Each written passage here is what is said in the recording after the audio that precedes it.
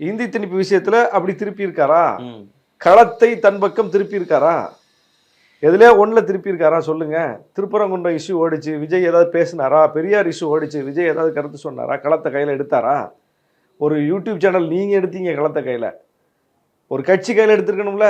விடுதலை சிறுத்தைகள் நாங்க எடுத்தோம், திமுக எடுத்தாங்க, அவங்கவுங்க ரோலை பண்ணாங்க. அதுல சீமான் தானே ஒரு வளரும் கட்சி தானே, அவருக்கு ஏன் பதில் சொல்லி அவருக்கு அடையாளம் கொடுக்கணும்னு பார்த்தாங்களா? திமுக தலைவர்கள் ரியாக்ட் பண்ணாங்கல்ல, எங்க தலைவர் ரியாக்ட் பண்ணார்ல, அதிமுக ரியாக்ட் பண்ணாங்க, எல்லா கட்சியும் ரியாக்ட் பண்ணிச்சுல. இதே விஜய் பேசியிருந்தா ரியாக்ட் பண்ணாம விட்டுருப்பாங்களா?